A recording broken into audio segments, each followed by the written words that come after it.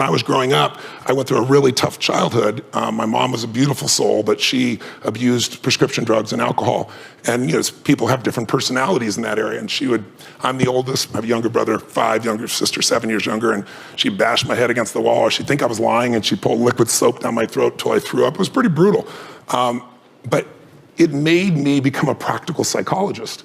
It made me have to learn what makes people get crazy, get angry, get excited, get loved. And I had to learn how to manage her to protect my brother and sister, and to some extent myself.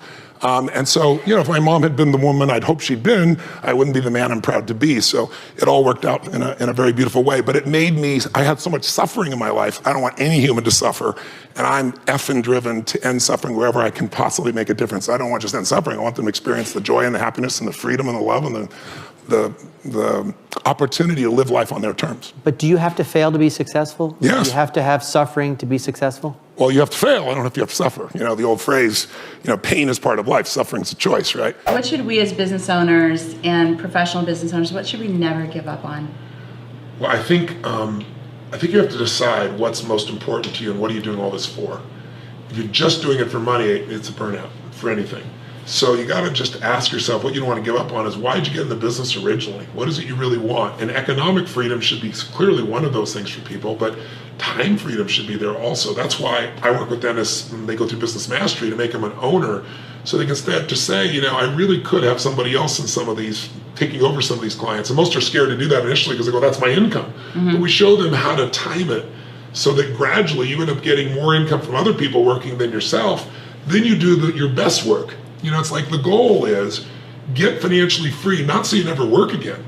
Because if you don't ever work again, you'll dry up inside, It's like when I was growing up, everybody's like, making the money to get rich and retire. So I did that at 26, which was so absurd. And the amount of money I had, I thought was more than you could spend. Of course, that was not true. But what I learned is it's really about making enough money you don't ever have to work again, and then you work harder and you enjoy it more. Steve Wynn's a dear friend of mine, built most of Las Vegas, and he's 74. Peter Gruber, who's here in LA, a friend of mine who owns the Warriors and Los Angeles Dodgers. Mm-hmm. He owns movie companies. 74 years old, does more today than when I knew him when he was 50. Warren Buffett, 84, 85 now, works harder today than ever before. Mm-hmm. None of those people have to work. They do it because it's so fulfilling, but it's different when you don't have to work and you work, then you have to work and you work. It's like a different being. If you look at a business, the chokehold on the growth of any business is always the psychology and the skill set of the leader. And it's 80% psychology and 20% mechanics, meaning so many small businesses, the owner might be an incredible innovator. Maybe they write incredible code. Maybe they're a tremendous influencer, but they don't know the economic side of their business, right? And they find themselves getting in trouble because somebody's giving them financial information after the fact. They don't have true financial intelligence to make decisions, and they get caught up. Can you give me an example of a business like that? You don't have to name names. Yeah, no, I'll pick my own examples. I had several companies early in my career that were near bankruptcy because I would sit down and I knew how to produce products that would change people's lives. I knew how to market. I knew how to build teams of people. But what I didn't know was finance. So I'd look and say, okay, how are we doing? I go, oh, you got a 20% profit. You got $2 million in profit in those days, little tiny company. And I come to the end of the year and there was no cash, right? I didn't know that profit is a theory, right? And so just not having that skill, or someone might be really great in finance, but they're not any good in marketing. So sometimes it's a skill problem, but 80% of it, you can solve those skills. You can get those skills if you can change your psychology. But when you accept that, oh my God, the market's down, or oh my God, the economy in our area is down, when you allow the environment to control your psychology, you're not going to win. Also, my goal in the book is really for people to be happy and more fulfilled, because you can have a ton of money and still be miserable. Right. So it's like mastering the science of achievement, but also the art of fulfillment. It's about, if you're totally successful, but you're not fulfilled, then what do you have? You have nothing. You made everybody happy but yourself. That's the worst thing you got. That's Robin Williams, is a beautiful man. Such a beautiful man. Killed himself, right? And he achieved everything most people ever dream of. Had a beautiful family. You've made the whole world laugh. Hundreds of million people love him, but he didn't figure out how to end the suffering. Money won't do that. Most entrepreneurs are artists in their nature. I look at 3 types of personalities. An artist is somebody that has a tremendous gift, a skill, an ability, a talent, like an athlete, Curry is in the NBA is an incredible artist. Some people, they're artist sales. They can sell ice to an Eskimo. Some people, it's writing software. They're incredible. Or designing clothes. And most businesses are started by an artist who says, I can do it better. But they don't realize that as you start to try to grow a business, you're the most talented employee you have in the beginning and the cheapest one, right? Yeah. And now you have to hire other people, and they're not going to do as good a job, and it ties people into this negative effect. What I really see is the biggest mistake that these individuals make is they don't understand business. They get in because they want to do good work for their client, and most of them, as you know, 96% are gone in 10 years, and the 4% that survive, they aren't necessarily profitable. I mean, 5% of all businesses ever crack $1 million gross, not net profitability, gross. Yeah. And you have 0.0006, so it's 6 out of 100,000 businesses will ever do 10 million gross. So I say to people in business, I never encourage people to get in business. I try to push them away because it's too hard. If you don't have the internal drive to make it through that psychologically, you're better partnering with somebody. You're better doing something else. I think underestimating business is the challenge. And I always say that 80% of the chokehold on the growth of any business is always the owner, the leader, and 80% of that is their psychology, and 20% is skills. Like, if you don't know how to market, you're in trouble. Most entrepreneurs get in trouble because they don't know how to read their financials. They don't have a clue. I didn't either. It's like you can go out on a plane on a day like today that's a decent day, and you can fly if you're a pilot with what they call visual flying rules. So you can look out around you and you can fly. You get in a storm, you better be able to read those instruments or you're going to die. And most entrepreneurs don't know how to read those instruments. They look down and they see profit and loss, and they go, oh, I made a profit or I made a loss, and they have a beer either way. One to drown out the pain or the other one to celebrate, right? And profit is a theory, as you know. Accounting is a very special language, and unless you understand how to use accounting to make better decisions, until you learn how to understand and measure things in a way that gives you better decision-making capability, then you get broadsided. And, profitability, you get a lot of profit, no cash.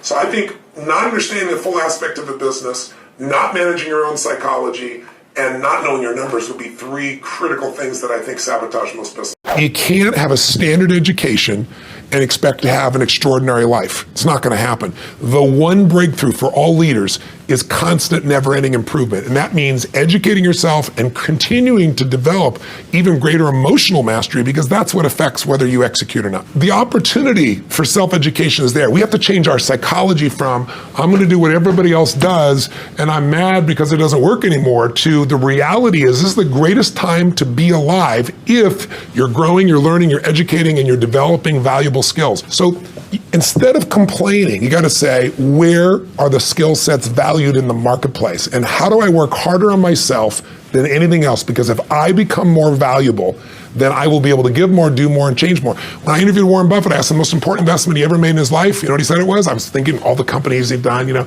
He said, Tony, go into Dale Carnegie. I said, what? He goes, because by developing myself, that's the most important investment. Those skill sets, learning how to persuade, learning how to speak, learning how to influence, all my ideas would have died on my lips if I hadn't been able to influence, and I learned it from that little course. Most valuable thing I ever did in my life, he said. I physically stress my body to extremes because I've developed a process to take people and help them change in a weekend, but my idea of a weekend is 50 hours, and most people want set for a 3-hour movie. So, that somebody spent $300 million on, and I got 12,000 people in a stadium. I got back from last night up in San Jose. We had 4 days and nights like this. And we actually had a halter on me and a group of researchers that work with Olympic athletes, and I burned 9,500 calories in one day in 9 hours. The battery died before I finished. I went 12 hours. I burned enough calories for 2 marathons. My jumps, because I'm jumping constantly, was the equivalent of 2 NBA games. My lactate, as you all know, at 1 is hard to talk. It was 14, and I was still going strong at 12 hours. So there's some physical stress because I'm a believer that talking is bullshit, that you got to go deep. You got to get people to experience things. I think a belief is a poor substitute for an experience. And if I get someone to experience changing something, if I can do it in a really potent way where they really feel it, then, if you do that over and again, you start to get someone to actually be trained to get a new result. It's not about belief.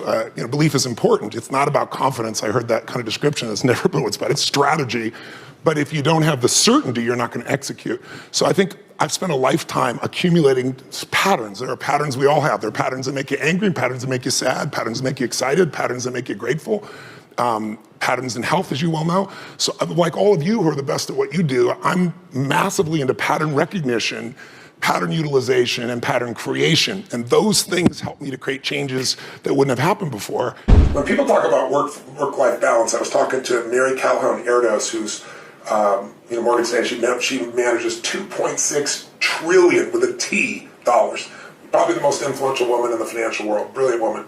And I asked her, because I was interviewing 50 of the smartest financial people on the face of the earth. I said, I know you're a very deeply caring mom and wife, and how do you balance all that? And she said, Tony, she goes, I read this in one of your books. She quoted from, she goes, there is no such thing as work-life balance. There's only work-life integration.